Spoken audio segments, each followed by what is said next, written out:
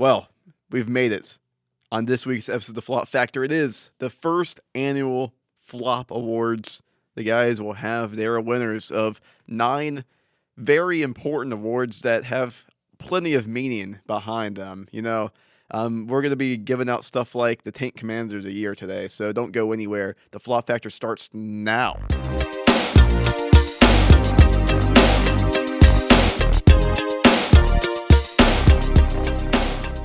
Hey guys, it's Flop Factor. We're here. This is the first annual, as I said earlier, the first annual Flop Awards. Cue the Jeopardy music, cue whatever music you want to cue, man. It's wonderful. It's wonderful. Don't worry, this will be post-production type stuff. You don't have to worry about your soundboard today, DJ. But the first annual Flop Awards, myself, Cody Burton, we have a full house. Connor Roberts, Brayden Laszlo, RJ Rice, and DJ McDermott. We are all here giving out awards. And then after we give out our awards, we'll talk about the incredible stuff that's been going on in the playoffs. There's a couple of things that are very, very highlight worthy, such as the Timberwolves eliminating the Nuggets last night. We have a Game 7. Zaza Pachulia. Game 7. The best 2 words in sports. It's a big, big time. We have a Game 7 between the Sixers and Celtics. The Rockets continue to extend that series. And, Game 6 tonight in Orlando, Magic Pistons as well. A lot of stuff to go over.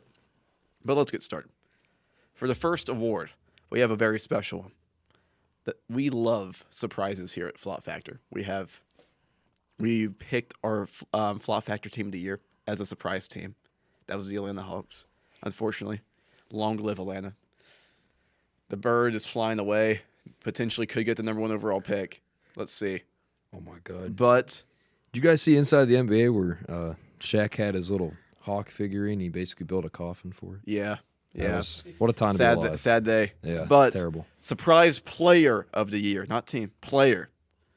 There's plenty of guys that can go for this award, and I have my own. All the other guys have their own, just as we have for this. Let them go left, and in a loop. We're all sitting in the circle now. I like a campfire on couches. We're all talking in a circle. Yeah. But Connor Roberts. My surprise player of the year was Dylan Brooks. I mean, he was like genuinely the second best, if not the best player on the Suns for stretches of this year.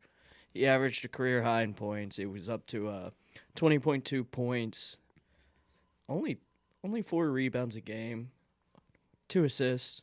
Not great outside of his scoring, but his defensive ability was on full display this year. He was genuinely a two-way force with the Suns for most of the season. Yeah, I'm gonna go with Jalen Johnson from the Atlanta Hawks.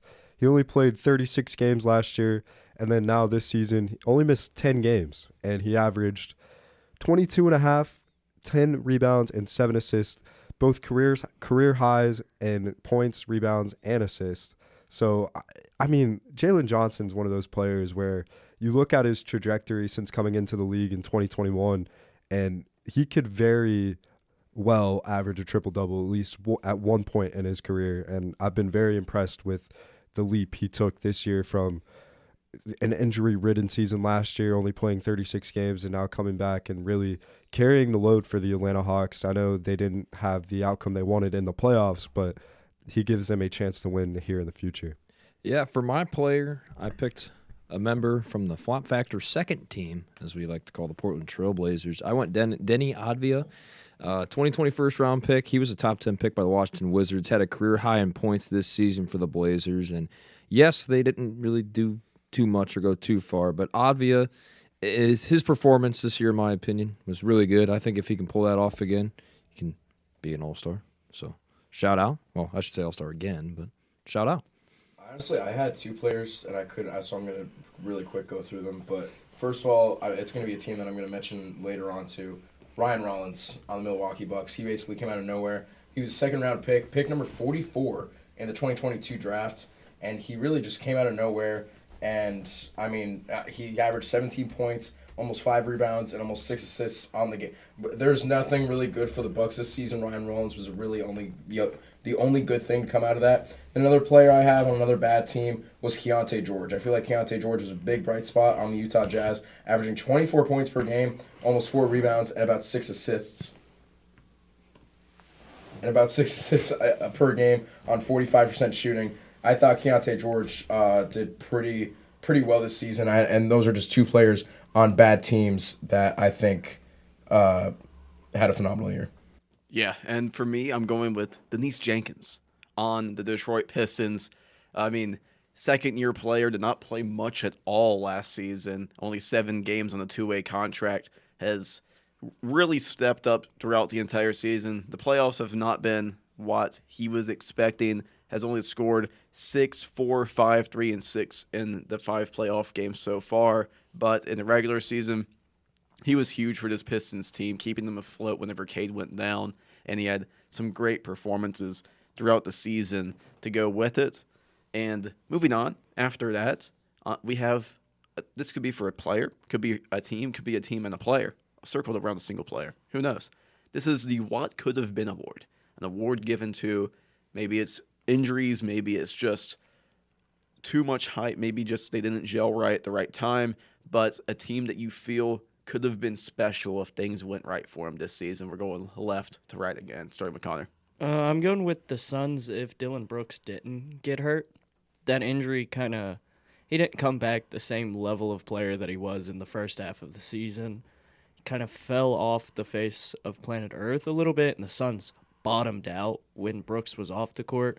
When he came back, they were able to scrap their way back into a play-in spot, and it was just a disaster once he was gone because the Suns already had a decent amount of injuries piled up.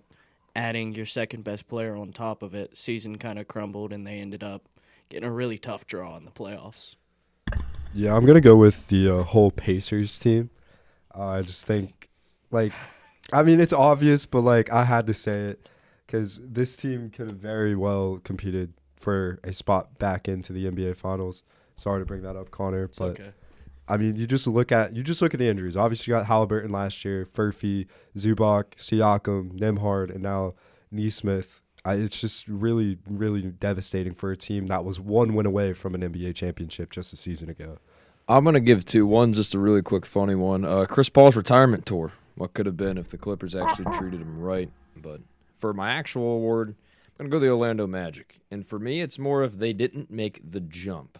And that was my problem, being 41-41 last season, and then now 45-37. Yes, you get that little bit of a jump, but you expect them. I believe I had them as a top 5 seed when we did standings projections early in the year. I just feel like this Magic team had a lot more potential. I mean, Paolo now, they could potentially get out of this award if they make the upset happen, but we'll have to wait and see. But I thought they'd be in a higher seeding and have a better matchup, but I'll have to wait and see how they do. But for me, it's the Orlando Magic. Yeah, for me, for my team, it's going to be the Milwaukee Bucks. I mean, I feel like there was so much drama over Giannis this season, and there's a bit of a personal factor in it too. When we had our fantasy basketball league this year, I had Giannis on my team, and he barely played. He didn't play in the fantasy playoffs, and it was really devastating for me. But I just feel like if you're a Bucks fan, you're watching Giannis not play. You're seeing all the rumors about him possibly leaving, and then as the cherry on top, Doc Rivers decides to leave. I think that news came out 1 to 2 weeks ago. So I feel like everything for the Bucks, anything for the Bucks has gone bad. And then on top of that, you do the gamble of releasing Damian Lillard and signing Miles Turner. And Miles Turner really didn't play good this season. He averaged about 12 points and only got about 5 rebounds per game. I mean, there really wasn't, and played 71 games. So it's not like he was hurt a whole lot of the time. But I mean, it's really devastating for the Bucks, if you're a Bucks fan, to watch this season, especially since you didn't even make the play-in. You went 32-50. I mean, you're gonna get a late lottery pick. Maybe you'll get some luck, but I mean, you really never know. There's nothing good coming out of the season for the Bucks, and it could just get worse if Giannis decides to get traded or doesn't decide that he wants to be in Milwaukee anymore. Yeah, I'm going with the Golden State Warriors. I mean, they had a lot of injuries, but I think the boiling point was when Jimmy Butler went down with the torn ACL. Whenever he went down between October 1st and January 9th, 2025, the Warriors had a 26-19 record, with defeating the Miami Heat in that January 19th game, where Jimmy Butler went down with a torn ACL. And at halftime, Butler already had 17 points. He was playing his best stretch of basketball in his career yet in the season, averaging 38 games, averaging 20 points, 5.6 rebounds, 4.9 assists, shooting 54, almost 50, 40, 90 from the floor. And it's just very unfortunate for both Jimmy, who was having one of the better seasons of his career to that point, was definitely going to be on an all-star team, and the Warriors were looking like a potential top 5, top 6 team in the NBA whenever he was playing. And then the second he got injured, the wheels started to fall off. All the players they had coming up was starting to get injured. Curry ended up getting injured due to, it was runner's knee, so it was a strain injury of how much extra work he was having to put together. And then Moses Moody was just a cherry on top for a disastrous season whenever he went down with that horrible injury near the end of the year, and they ended up fizzling out in the play-in tournament. But hopefully Jimmy can get back, since this Warriors team, I don't think it's over just yet for him, but next year probably will be the last year if Jimmy can stay healthy, and everything else can happen. Next year's the last year for this core. Number 3, Vet of the Year, the good old UNC award. Gotta love it. Gotta have it. We love the strong veterans that make teams them. It could be a veteran that's still that guy, that's still playing at a high level, or it could be a veteran that's sitting in the back seat, just playing the ride and letting his wisdom just lead all the young players on the team, starting the same direction with Connor. I went with Mike Conley. He literally told them, trade me for Io. Then he got released by the Bulls and now re-signed with the Timberwolves. Like, if that's not the greatest vet move of all time, to sacrifice yourself to Chicago, then instantly get released and come right back, I mean, what more can you ask for? And now, Io's a dog. Like, Io's been tearing up the playoffs. Mike Conley's probably been mentoring him. I would assume he's gotten better defensively, so I'm going to assume Mike Conley's my vet of the year. My vet of the year is Marcus Smart on the Lakers. I really think that that pickup was huge for the Lakers and this team. I know they're one of the oldest teams in the NBA right now, but Marcus Smart, especially in this playoff series against the Rockets so far, he's had some solid games. He's dropped 20, 25, 15, 21. He didn't play the greatest against the Rockets in, what was that, Game 4?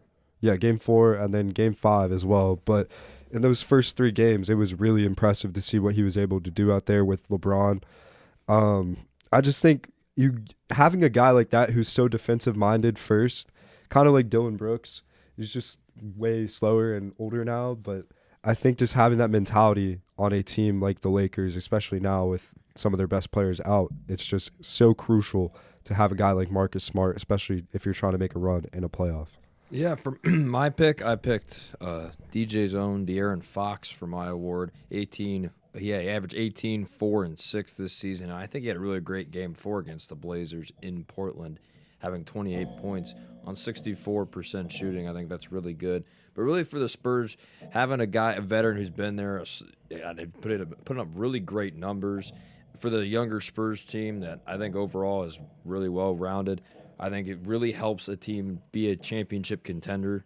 And for the Spurs specifically, De'Aaron helps with that as well. And putting up a guy who's put up, 26 and 25 in back-to-back years back in 2024 and 2023. I mean, look, you have a guy who's been there before, helps the younger guards out, a guy like Dylan Harper, for example. But so overall, my veteran of the year, De'Aaron Fox. I'm going to go with a bit of a surprising pick here, but I just want you guys to hear me out here. I'm going to go with Paul George of the Sixers. And I'm honestly going to say that based off of recent playoff performance. And I know your first thought is probably just he got suspended 25 games this season. He's always been injuries on and off, especially with the Sixers. But I'm honestly looking at this entire series with the Celtics. First of all, I think he's a phenomenal mentor for VJ Edgecombe. I feel like once Paul George is out of there or ends up retiring, VJ Edgecombe is going to end up being a star in Philly or in the NBA, wherever he ends up taking or just playing basketball. But for Paul George on the season, he only played 37 games, had 17 points, 5 rebounds, 3 assists. But I'm more looking at the playoffs. This entire series, I mean, last game when Philly forced a Game 7, He played all 40 minutes, I shouldn't say all 40 minutes, 40 minutes, 23. He had 23 points, 4 rebounds, 3 assists. And then in game 5, he had he played 43 minutes, had 16 points, 9 rebounds, 7 assists, so almost triple-double there.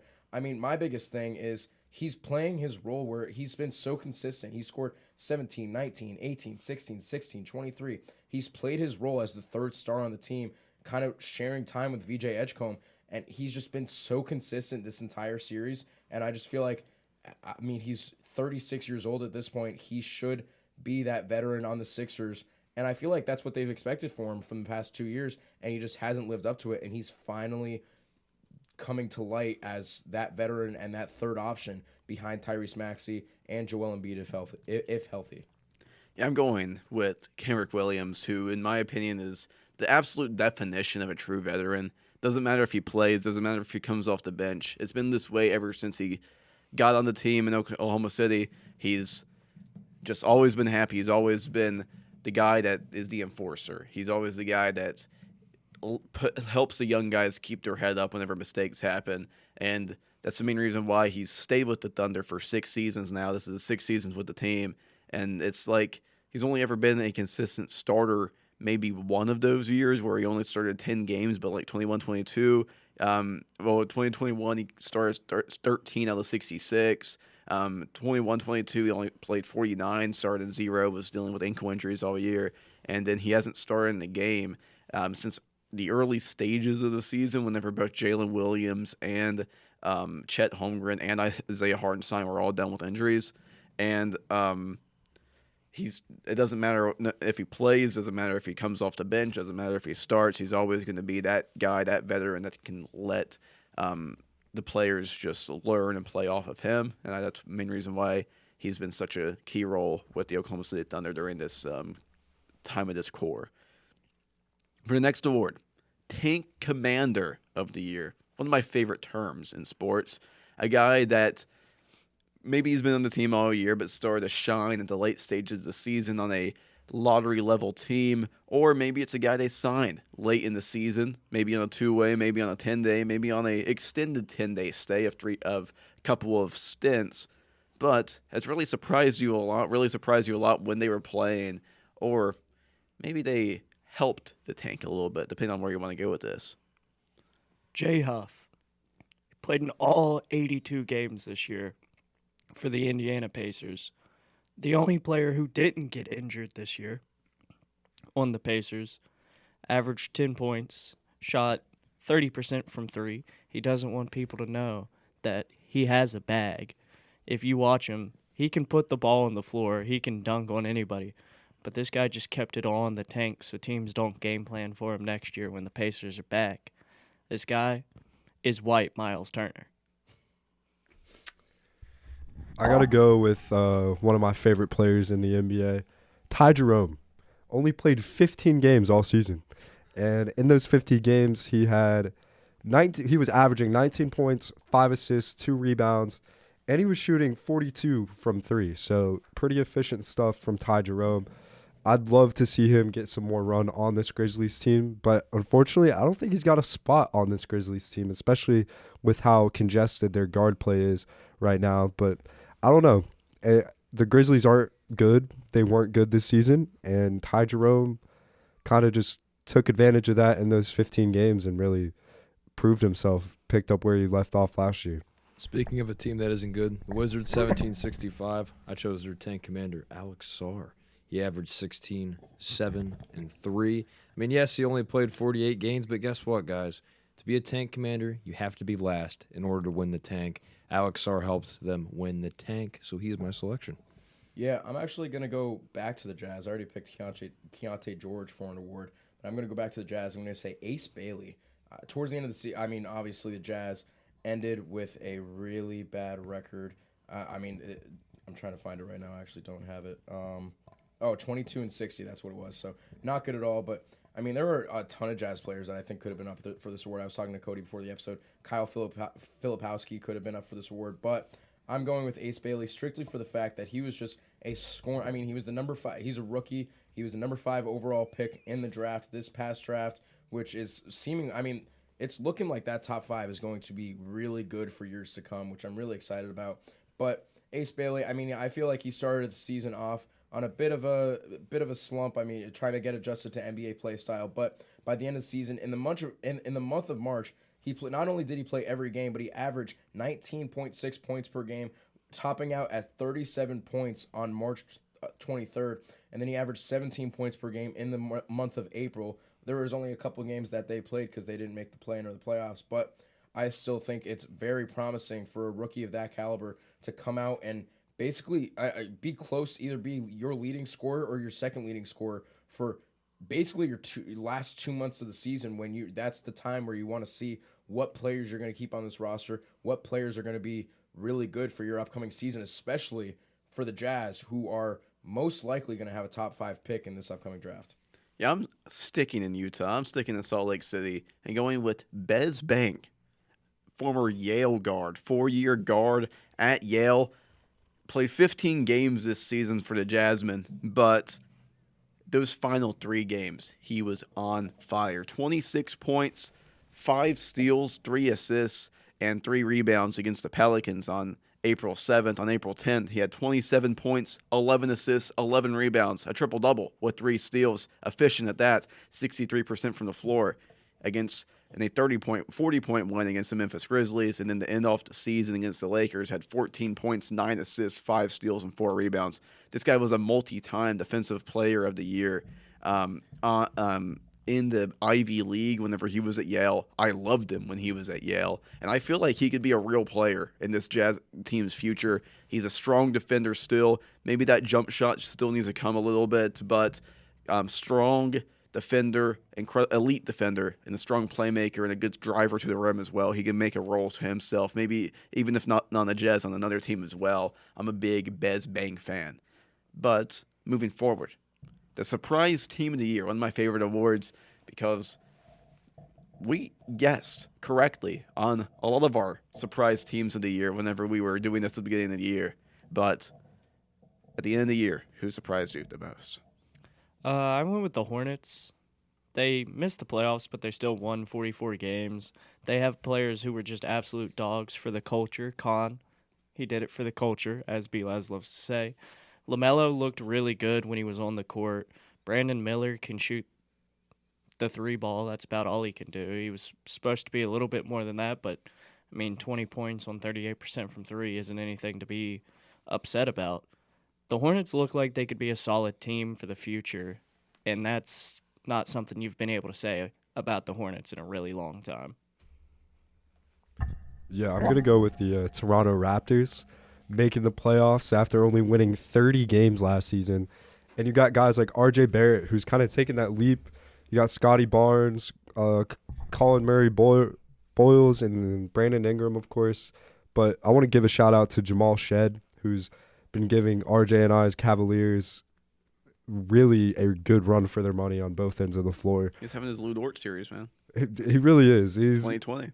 It's pesky, it's annoying, but shout out the Raptors. They really shocked me. I'm happy for them. Toronto deserves to have a good squad in the NBA. It's always electric when you have Jurassic Park out there repping the playoff games, but yeah, the Raptors are a really fun squad, really wing heavy in my opinion, but those guards are coming along as well. Well, since Brayden stole my team, I'm going to go a little bit of a different outlook. The Philadelphia 76ers, last year only having 24 wins. Yes, different scenarios happening for Philadelphia, but you make it as a 7 seed. You get you're 45-37. You're giving the Boston Celtics a really great fight right now. Could have been eliminated, but we'll see if they win. Hopefully they do. But for me, it's been the 76ers coming from a multiple, or I should say what? I don't know the exact math of that because we're sports media majors. But very, very big win increase for me. Great job, Sixers. Yeah, for me, I'm going to go with a bit of a different take here. I'm going to go with the LA Clippers. And the only reason why I'm going to go with that, first of all, I was pretty high on them in the beginning of the season. And it just, I remember there was an episode that we just went at the Clippers. And that was when the full Chris Paul story happened. What an episode. Yeah, that was everybody was going at the Clippers. But they started 6-21. And at that point, Ty Lue came out to the media and said that their goal was to get to 35-20 at some point during the season. And not only did they do that, they got to 35-18 at one point, and they finished the season 42-40, and they ended up being the 9th seed in the play-in. And just for me watching that, it was a crazy turnaround because if you looked at the trade deadline too, it was kind of crazy watching the Clippers kind of sell everybody out. James Harden got traded to the Cavaliers for Darius Garland.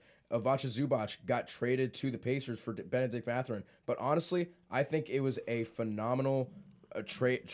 Both trades, I think, were phenomenal for both of them because Darius Garland, he didn't play. He only played towards the end of the season, but the games that he did play, he only played 19 games, but he averaged 19.9 points per game. Same with Benedict Mathurin. He only played 26 games for them. He ended up averaging 17 points per game. So, I mean, I feel like those two additions, and especially this, we talked about this Clippers team being so old, so many old players. Getting Darius Garland and Benedict Mathurin, all of a sudden your age goes, not only does your age go down, but those are two promising players that you can pair with Kawhi Leonard, who ended up having such an underrated season, ended up averaging 27.9 points per game, 6 rebounds and 4 assists, and was the main anchor for why the Clippers had this major turnaround of going 6-21 and then ending 42-20.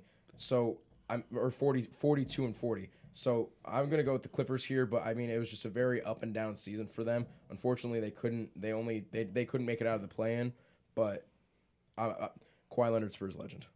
Yeah, and let's see if this is it for Kawhi Leonard or if he'll play another season. Who knows? With all the aspiration stuff still going on. But my surprise team, Charlotte Hornets. Shout out, friend of the podcast, Don Brusco, LaMelo Ball. Shout out, Don. Isaac Shear. Men's soccer winger / inside forward / attacking midfielder. He's playing a lot of positions now. Loves LaMelo Ball. But this team was so fun to end this season. Second half of the season, the second they got Kobe White pretty much, this team just hit another gear, showing a lot of what's to come potentially for the future. If we've seen the Charlotte Hornets do this a couple of times, make it to the play-in, not make it to the playoffs, and then fall off for a couple of seasons and then make it right back. But this feels a little bit different. You have Con Kneppel, one of the best shooters to ever grace the sport as a rookie. You have Zion James, who was a great rookie addition as well, one of the better defenders, young defenders in the NBA. Moussa Diabate is an underrated beast at the center position for this team. He won an award. He did. Yeah. Shout out. Hustle Award. Hustle guy. Hustle guy. We love him here. Trey Mann seems to be at the end of the bench now, unfortunate for him. But you got LaMelo Ball, who, let's see what happens in the summer with him. Could potentially move on. A lot of disagreements between him and the coach, and I believe that I would be if I'm the Hornets organization, I'd be more on the coach's side of things. Charles Lee is a phenomenal basketball mind. Well, you already have Con Kneppel. Kobe White has one more year in this deal, I believe. Liam McNeely looked okay whenever he was playing. He's a solid pickup as well. But one of my favorite players on this team, and one of my favorite breakout guys this year was Brandon Miller, who was phenomenal this season scoring the basketball. He's an incredible 3-level scorer, can drive to the paint at will. I say the playmaking got to get up a little bit if he wants to make that all-star leap. But as a scorer right now, he's been absolutely incredible shooting the basketball, and he's always been a shooter. Moving forward, we got another one. We got the dunk of the year. There's a lot of great dunks this season, but who is the dunker that receives the crown? I'm not going to lie, I picked 2. The Anthony Black Berlin game dunk. And Shaden Sharp. Whoa. Shaden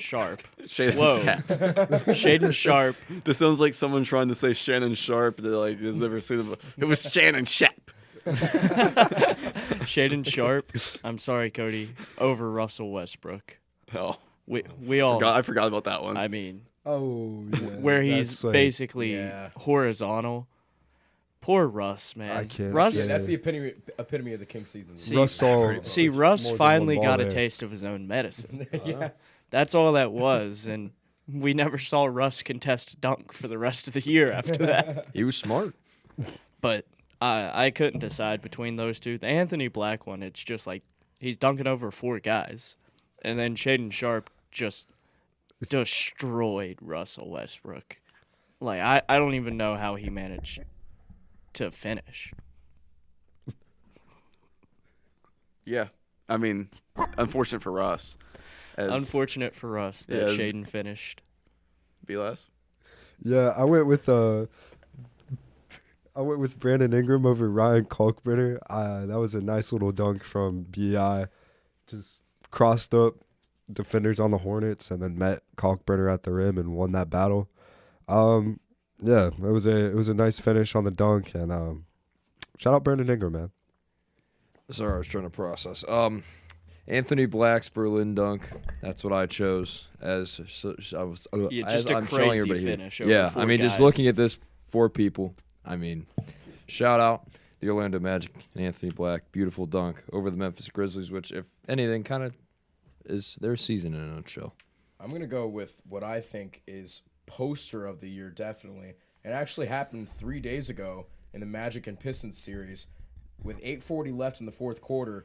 Jamal Cain beats Cade Cunningham, goes down, meets Jalen Duren at the rim, and puts him on the ground, it's really sad for me because Jalen Duren was my all-star pick for the season. So RIP Jalen Duren, because Jamal Cain just came in and there was no chance of stopping him when he got to the rim. I mean, it was just crazy because, I mean, I shouldn't say nothing, but a lot has gone wrong for the Pistons this series. And just to see Jalen Duren get posted like that, it's not a good look for anybody, especially with the game being in Orlando at that point.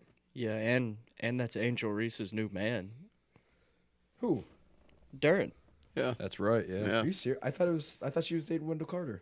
Yeah, she is dating Wendell Carter. Jalen Duren's her old man. Yeah. Oh, okay. Yeah. Well, that's So- you said new man. It's So the My Angel fault, Reese my Bowl. I was like, did she Yeah, just switch teams mid-series? it's the Angel Reese Bowl. If only Torrey Craig was still in the league and we could have the Megan Thee Stallion Bowl between him and Clay. Clay Thompson.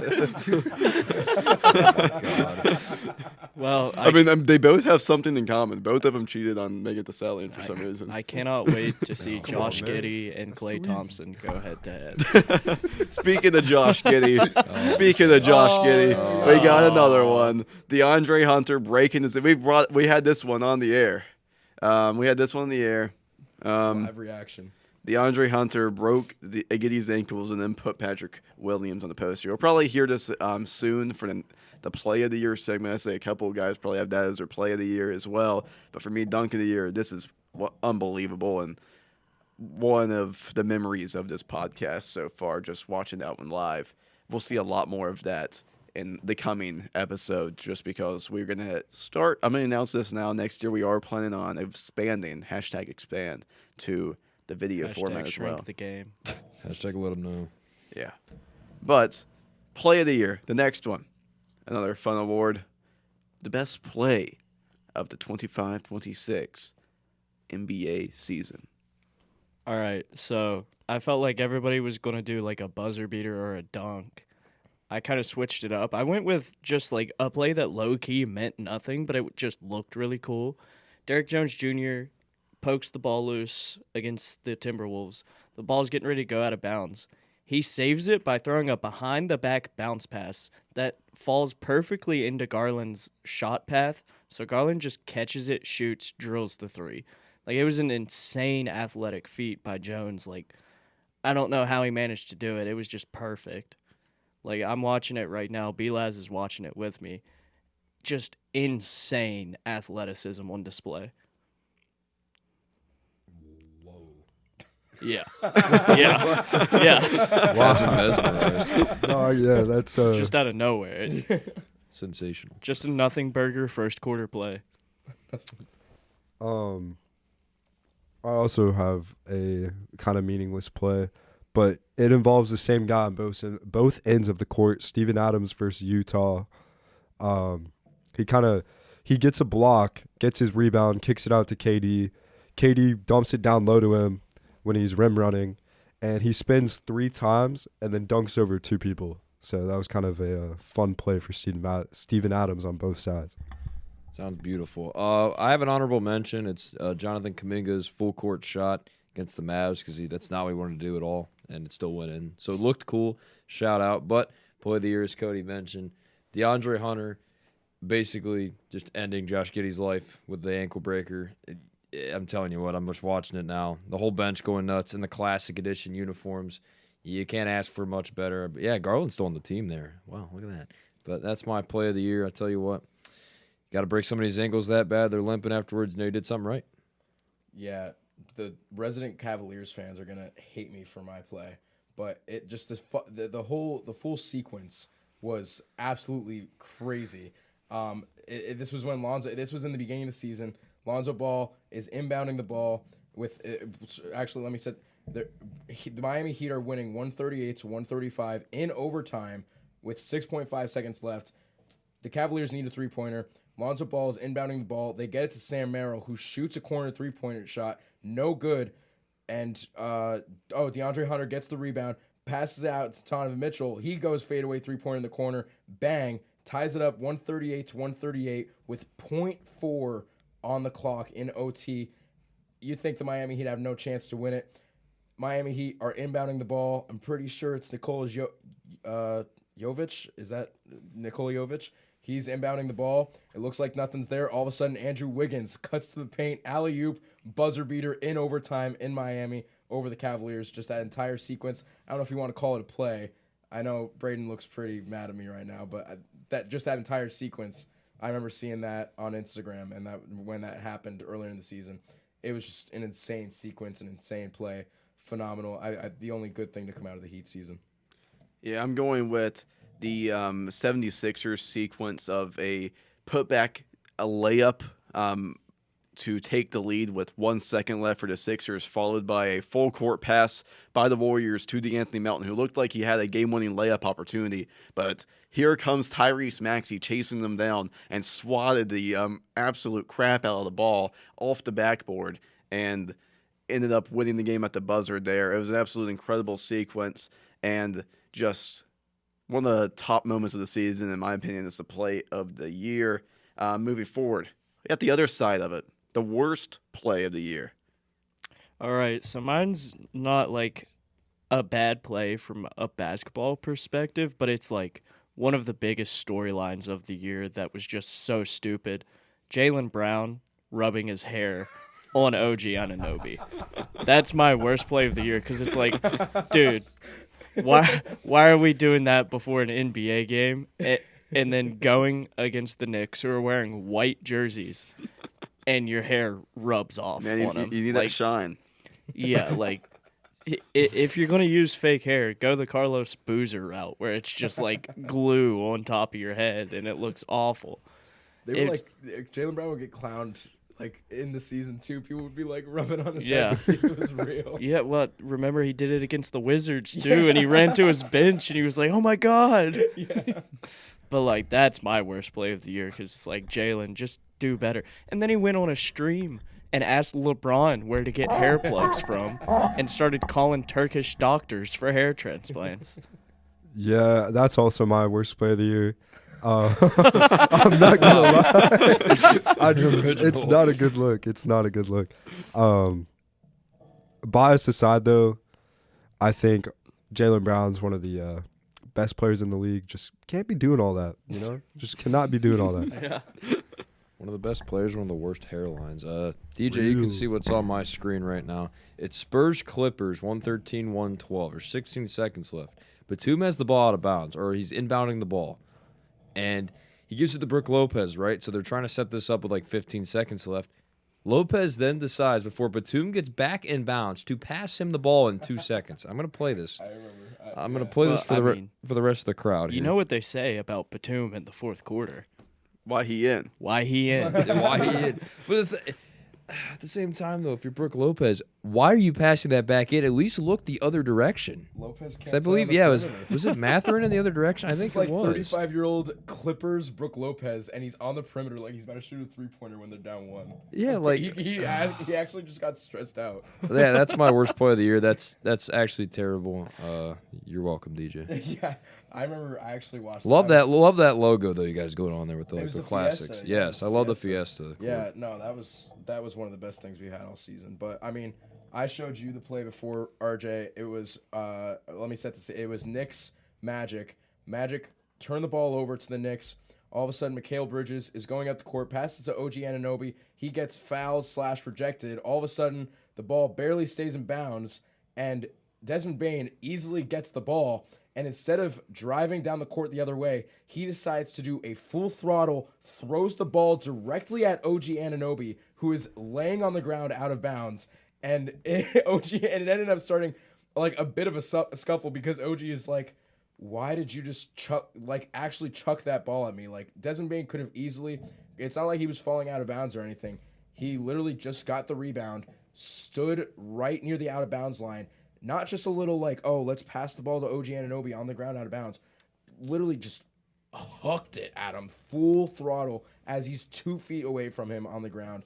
It's not even a worse play. It's just like, kind of like Shaqtin' a fool, honestly. Like, what was Desmond Bane thinking there? He was just a crash out all year. I was about to say, there were a couple times that you Roid saw rage. Like, some random stuff with Desmond Bane. But, I mean, that was definitely just like my craziest / like, what are you doing play of the year.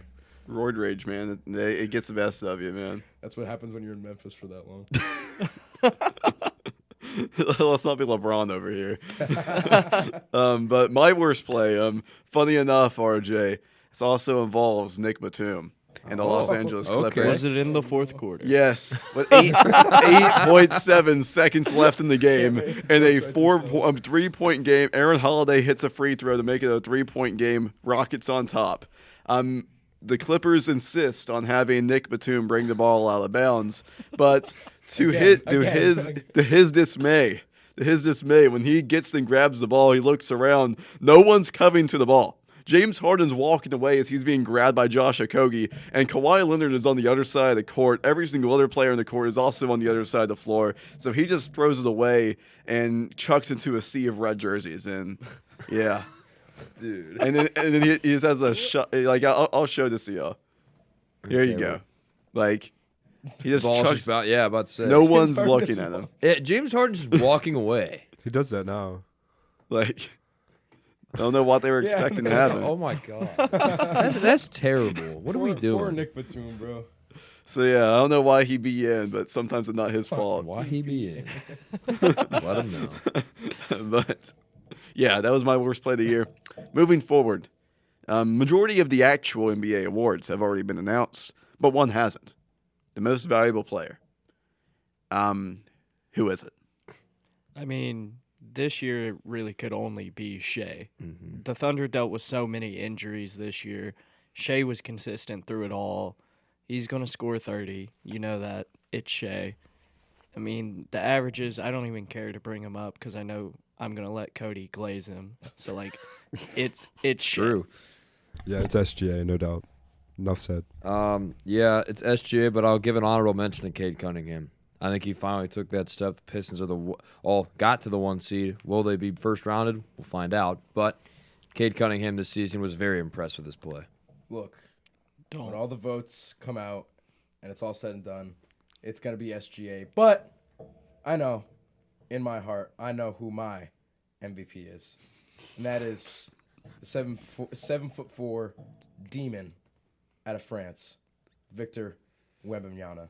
It has to be. Say his name again? Say his name. Victor Wembanyama. No. Wembanyama. I always just say Wemby, bro. Hector Banana Bread, bro. I was very suspenseful. I honestly Or do it like the 2K thing. It's It's Wemby. Wembanyama.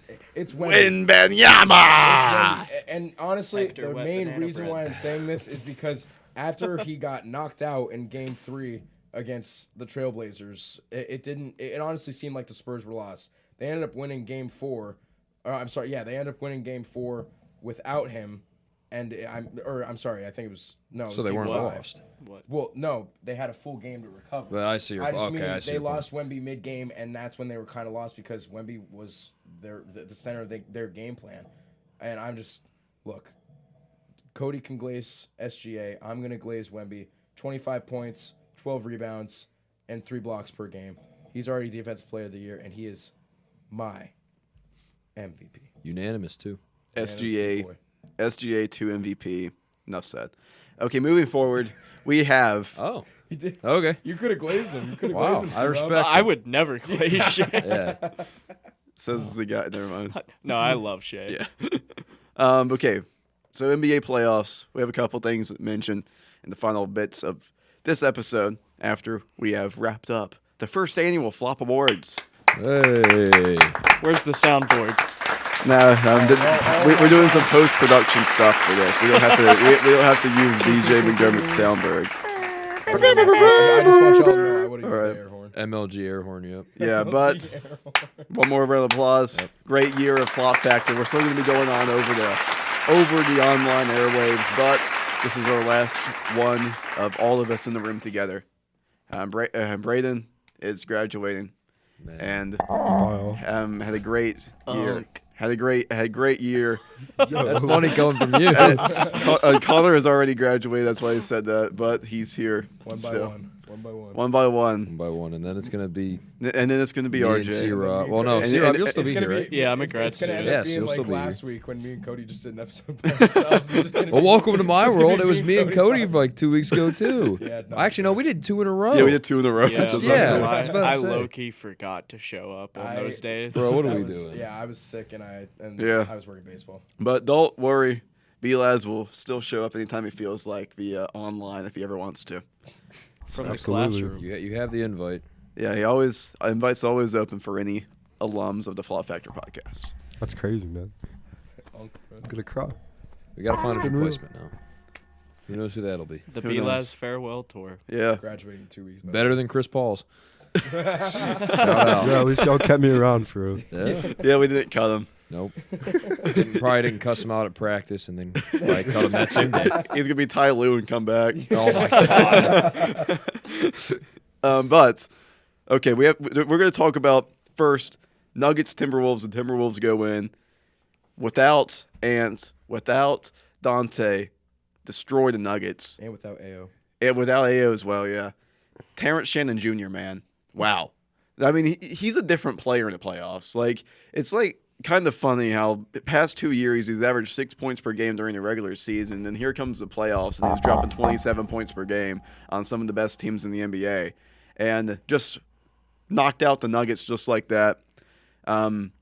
This series, in my opinion, is a big stain on the legacy of Nikola Jokic. He was really bad, really bad. And this is the team that, in my opinion, that was the most built to win a championship. Even more so than that year they actually did win the championship. Just because this is an incredible roster. I mean, Jamal Murray didn't help whatsoever. J-Mac had him in an absolute blender the entire series. But for Nikola Jokic, he got absolutely just knocked off his position by Rudy Gobert. Rudy Gobert has continuously been one of the more underappreciated players in the NBA. Doesn't matter how good he is on defense, people still think of him as a man that quote-unquote started the pandemic. I mean, he's going to be a Hall of Famer. He's going to be one of the few players in NBA history to win multiple Defensive Player of the Year awards. He's an incredible player, and would be cool to see him somehow get a championship. But I'm not sure if the Timberwolves can get past the Spurs without all of these players. This is going to be a fun series, in my opinion. Spurs are favored by 14.5, though. But let's talk about Nuggets Timberwolves and how this happened. Wow. Goodness. You said 14 and a half? Yes. Way too much, in my Jeez. opinion. Well, yeah. I mean, I'm looking at Game 6 here, 110-98. Didn't get to watch too much of it, but what I know, I mean, if you're Jokic, you shot around 11 for 19. You got to the line a couple of times. It's kind of just Jokic in leading all the categories, and then, of course, Jaden McDaniels just existing. Shout out Jaden McDaniels. What a guy. But about Rudy Gobert, I tell you what, he even had 8 assists in this game, which is something I don't really see that often, especially from Rudy Gobert, known pandemic starter, as you mentioned earlier. But no, shout out the Minnesota. I thought when they lost Dan, I thought they were done. I'm going to be honest, but I give the Timberwolves a lot of credit because, I mean, losing your star and beating a team like Denver, who's known for having a pretty deep bench, especially when they won that title, and then, of course, Terrence Shannon casually dropping 24. But you know what? Shout out to Minnesota Timberwolves. Keep mine a little bit shorter, but also Naz Reid is good at basketball. Yeah, my biggest takeaway from this, we mentioned it last week, Cody, when Jaden McDaniels came out, I think it was after Game 3, after they took a 2-1 lead, he came out and he said, oh, yeah, we just go after their worst defenders, and named every player on the Nuggets roster who gets playing time. and then proceeds to come out. One of the greatest aura gambles of all time. I saw that Instagram post. I know exactly what Instagram was talking about because I saw the same thing. And the fact that he said that in Game 3, and all of a sudden Minnesota comes in, wins Game 6, and in Game 6 he plays 45 minutes and he has 32 points, 10 boards on 13 to 25 shooting. I mean, that's just like you said, one of the biggest aura gambles of all time. But I mean, I feel like that's just standing on business. And then on the point of Nikola Jokic's legacy, I really, besides that one game that that Gobert locked him up, I think, what game was that? It was the game that we talked about. Game 3. It was the same game. That was the only game. I mean, Jokic didn't play good this entire series, but I'm gonna put it more on the Nuggets team as a whole. Like you said, Jamal Murray didn't show out in Game 6. He went 4 of 17 with only 12 points, 4 for 4 on 3 free throws. But Jokic honestly had a decent game. He had 28 points, 11 for 19 shooting, 9 boards, and 10 assists. I think it's more on all the other players that were hyped up on the Nuggets. Like Christian Braun, he got that extension this offseason. I know he got hurt, but he hasn't been the same player whatsoever. I mean, Cameron Johnson he had 27 points in this game, but I just think all season he was a huge letdown as well, especially in this playoff series. I think there's a lot of players on the Nuggets that either played better in the season or had a lot of hype coming into the season and just didn't perform to expectations. Yeah, I think also too, like the thing that kind of stood out to me in this series was Game 2, where the Nuggets had that massive lead, and then the Timberwolves just kept battling, kept cutting into it, and then they really just took the whole momentum of the series off of that game. They won three in a row, including that Game 2 win, and then they kind of took their foot off the gas in Game 5, but Game 6, they came out, and Jaden McDaniels looked amazing. I think just playoff McDaniels, we got to coin that term now because he turns it up a notch when the lights are at their brightest. So shout out to the Timberwolves. This is like a fun little rivalry. I look forward to Nuggets Timberwolves every single time they play. You know, there's stars on both sides. You have you have Jokic, excuse me. But I just feel bad for the Timberwolves because more than likely it's the end of the road for Ant-Man and company. Yeah, I have one thing to say about this series. Hey, Ant, we're good. We got Jaden McDaniels. Okay? Let's go. We're good. You can go. But please stay because Ant and J-Mac together, when McDaniels is playing like that, that's just unstoppable. I don't know how you would be able to stop that.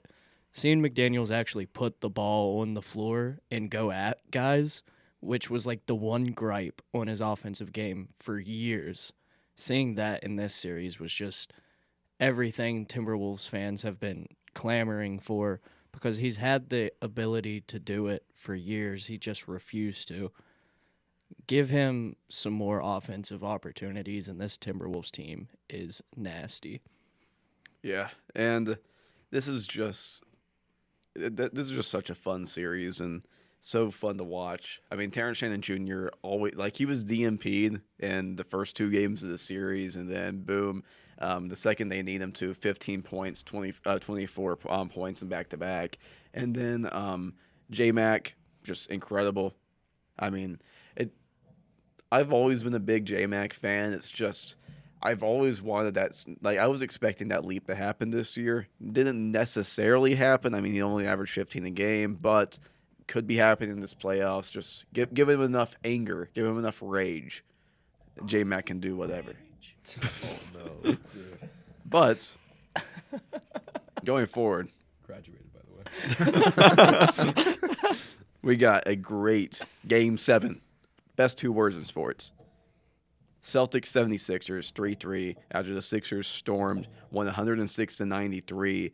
Tyrese Maxey became the all-time leader for point guards in games, scoring 30 points in the playoffs with 0 turnovers last night with his 4th.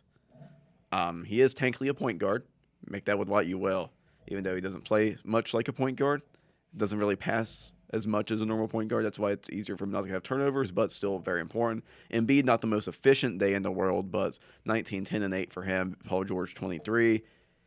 Such a big, like, the Sixers are the exact, like, they're the exact talking point of watch out if they get healthy and hot at the right time. They're the first team to actually have that going their way. Watch out if they get healthy and hot at the right time. And they're actually getting healthy and hot at the right time. You can say the same thing about the Magic too, honestly, but the Sixers are the biggest example of that because everyone was like, if they get healthy and hot at the right time, they're a 3 seed. And now they're playing like they're a 3 seed, taking this Celtics team to 7 games in the 2 versus 7. And the only thing I have to say is some of the coaching for the Celtics side have been kind of questionable. Not sure why Walsh isn't playing as much as he should. Mazzulla's been a great coach, but it's just Tatum's starting to just show signs of maybe he came back a little bit too quick. Maybe he's overcompensating on the other side because it's looked like that other calf, the one he did not injure, has been really bothering him throughout this series. Technically questionable for Game 7 with they're just listing as a leg injury. Yeah.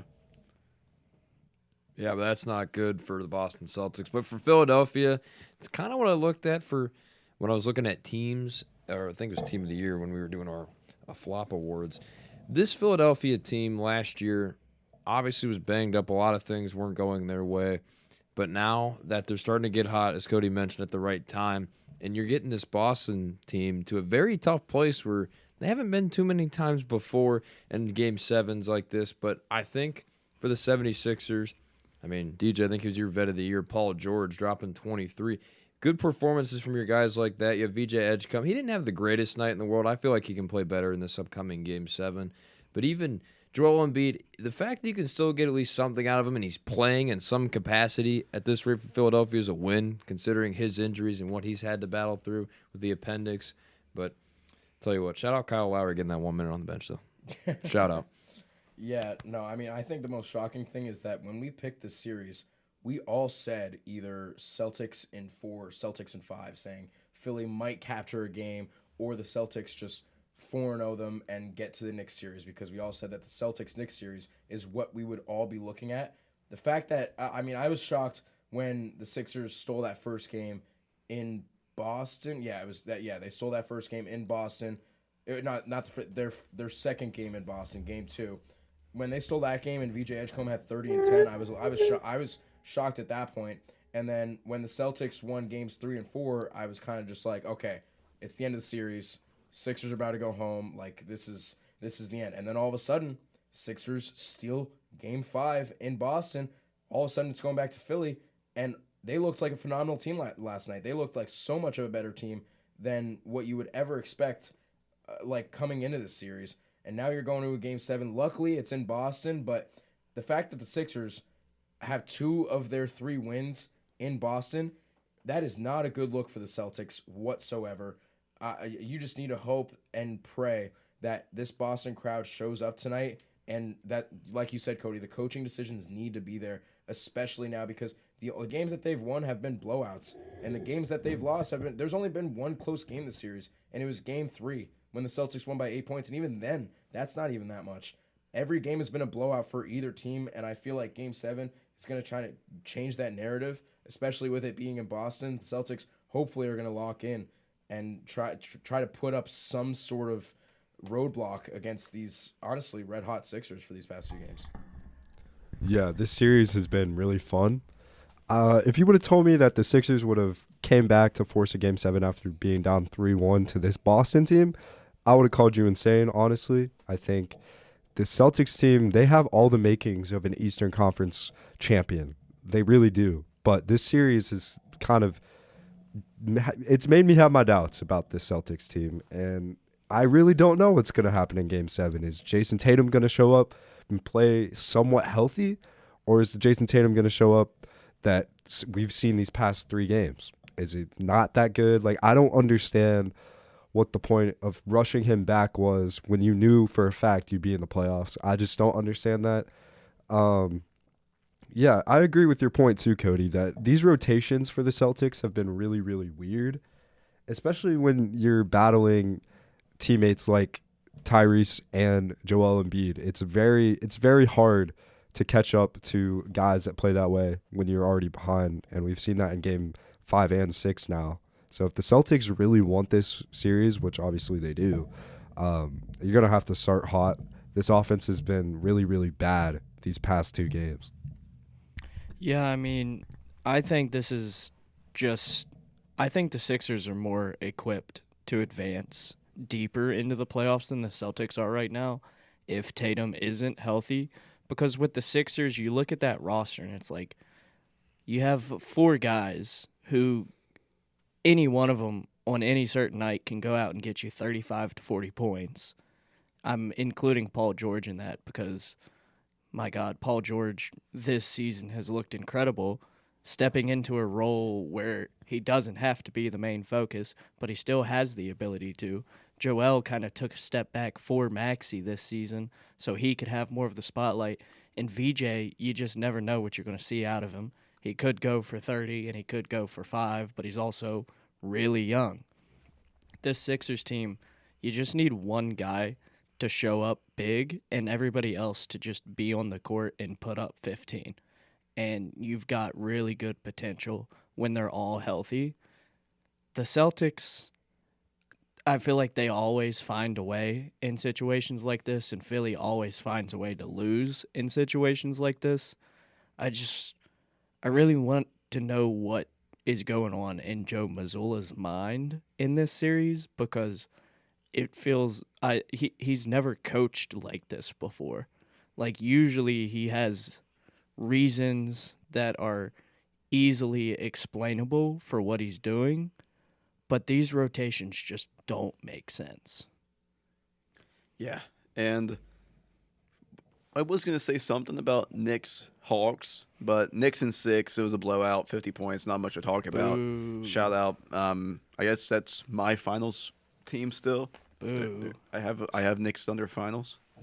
But we'll go to game picks for tonight. Pistons Magic, Cavs Raptors, Lakers Rockets.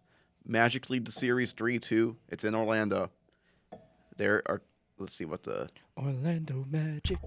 Orlando Magic. currently the Orlando Pistons are Magic. currently favored in that game, but Magic trying to not blow at the 3-1 lead, trying not to allow a Game 7 to happen. Just like the Celtics were up 3-1, they allowed the Game 7 to happen, but 3-2 Magic in favor. Who wins tonight? Orlando. I like the Magic. This was a team that I was really high on all season, even if they were dealing with injuries.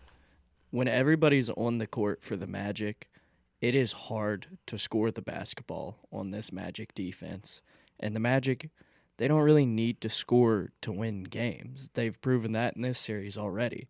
All you have to do is put up like 95 points, and you have a chance if you're the Magic. Yeah, I agree. I think the Magic will get it done here at home in Game 6 and take out the 1 seed, the Detroit Pistons. I love what you said there because these teams really do match up well. They love to defend. They love to get after it on the defensive end. But this series has been a bloodbath for both squads. And if you're the Magic and you want to have a chance of going on, I feel like you need to close it out here tonight, especially if you want to keep going on in these NBA playoffs. Yeah, Paulo and Cade had a masterclass last game. I hope we can see something similar to that again. I'm going to Orlando. Let's play fun. I'm going to go the Magic here and hope they win it in 6 games. Look, I honestly didn't think all 3 of you guys were gonna pick the Magic. I wasn't planning on saving the graphic because I was gonna pick the Pistons anyway. But I will save the graphic by picking the Pistons. I just think that if the Pistons win tonight in Orlando and go back to Detroit for Game 7, I think the Pistons can end up getting out of this series. But, I think their biggest game is tonight at Orlando. I feel like if they get out of Orlando, then Detroit's going to show up, and they should show up for their fans. It's just I feel like tonight is their Game 7. Tonight is their game where they need to get out of they need to get out of the opposing team's home court, especially with a team as hot as the Magic right now. But I have the Pistons winning, and I have them getting out of this series, scraped up but not down yet. Yeah, I have the Magic winning the series in 6 games, but I feel like if the Pistons do win tonight, it will be Pistons in 7. But I feel like the Magic are able to get out of Orlando with the victory. Moving forward, it's going back to Toronto. The home team has won in all 5 games so far going into Game 6. Cavs up 3-2 over the Raptors. Brandon Ingram is doubtful for tonight. Cleveland. I don't really have anything else to say. If the Raptors aren't fully healthy, they don't have a chance. Yeah, I mean, Brandon Ingram's been kind of hit or miss this series. In the first 2 games in Cleveland, really not doing anything at all on the offensive end. Kind of was just a liability. The next 2 games, they were kind of, well, Game 3 was just a throwaway. I mean, that game was terrible. Game 4 was a defensive battle, and you kind of had some more fireworks in Game 5. I expect more of that tonight, and I do expect the Cavs to win in 6, especially with Brandon Ingram being doubtful for tonight's game. Yeah, I hope there's fireworks in this matchup between the Cavs and the Raptors. One thing for me that I'm going to be looking at, and I said this earlier, Jared Allen, can you rebound a basketball? Because if you can, the Cavs will probably win this in 6 and play the winner of Magic Pistons. But I have a feeling he's not going to do it tonight. Although, there is one man who can save us. It's Dennis Schroeder, people. Come on now. The last 5 minutes of Game 5 was the reason. He was the reason why the Cavs won. I'm going to go to the Cavs again and hoping to expect a better game from Donovan Mitchell here. Well, I'm going to say the graphic again. I'm going to go with the Toronto Raptors. But I am going to stick with what you said, Cody. Each home team winning their own games. I'm going to say Raptors win tonight to force Game 7, but because we're not going to have another episode before these Game 7, so I'm going to say that ultimately Raptors steal a game tonight. I feel like it's going to be a close game. I feel like it's actually going to be very similar to Games 4 and 5. Raptors win by 4 and Cavaliers win by 5. I think it's going to be very similar to those games with how close those games have been, but I feel like Game 6 is going to go to the Raptors. Game 7 is going to go to the Cavaliers. I have the Raptors as well. I have them winning Game 6, and who knows what will happen in Game 7. But it's really unfortunate for Toronto's side of the thing that Quickly's been out the entire series, because who knows what could have been happening if they had their point guard the entire year. But I think that this will just be another one of those gritty Raptors wins where high defense, Scotty Barnes locks down that end. Jamal Shed continues to play as good as he's played this entire time, but I think the Raptors can squeak by and secure a big win in Game 6 and stay alive. Now, last one, Lakers-Rockets. Will LeBron James and the Lakers survive from the humiliation of blowing a 3-0 lead? I understand a lot of injuries. Or will the Rockets have the triumph of coming back from a 3-0 deficit? This series has just continued to be extended more and more, and went from what could have been a sweep ending sooner than what the Thunder-Sun series did to one where the series is either going to start on Sunday or Tuesday. Lakers. I think the Lakers get it done. The Rockets, they're just in a state of dysfunction, it feels like. Like, they've won 2 straight, but they still didn't feel like they could take this series, even after those 2 wins, in my opinion.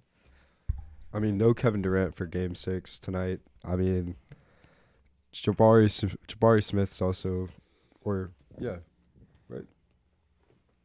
I get him and Jabari Parker mixed up all the time. Rest in peace, Jabari Parker, man. Like, for real, like, For that ACL, what could have been? Anyways, I don't know, just talking crazy. LeBron kind of getting mad at the media. You could tell he's getting a little antsy. Should have closed the game out or the series out in 4.